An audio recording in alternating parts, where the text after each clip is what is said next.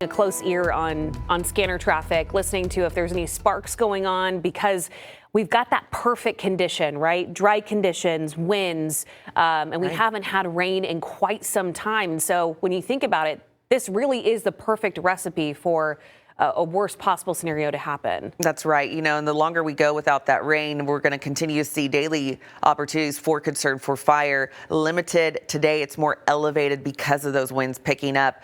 Something else that we throw into that is that relative humidity value, especially as we head into the afternoon. I've been watching that closely, likely to drop into about that 15 to 20% range. So that, again, with those winds, as Christine mentioned, making the perfect elements for any fires to develop as we go throughout the day today. So any outdoor burning, again, strongly discouraged, folks.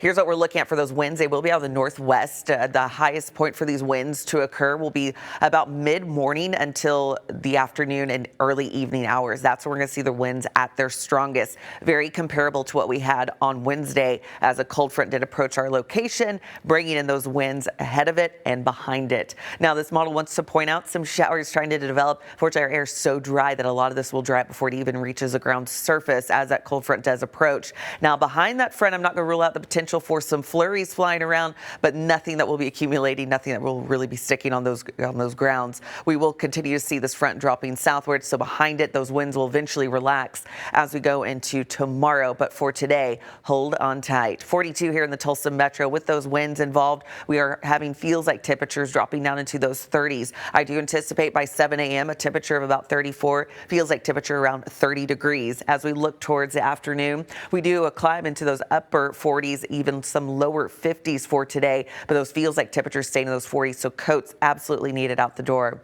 Tonight, we're looking at a low temperature right around 25 as we do get a brief shot of Arctic air that will be arriving for the upcoming weekend, and it's going to hang around Friday night, Saturday night into Sunday, and I do believe that Saturday night into Sunday is going to see some of the coldest air of the season so far. So 39 for the high. Look at the overnight low Saturday into Sunday, 17 degrees with those winds still guiding out of the north.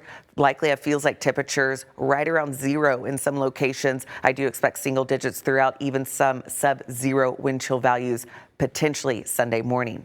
A lot going on. We do see some improvement after Monday, which is also Martin Luther King Day. If you're headed out to the parade, you will want to bundle up in multiple layers. 48 though by Tuesday, so improvements. We do see some opportunities for some precipitation Wednesday and Thursday. We're keeping a close watch on that. 2 News Oklahoma.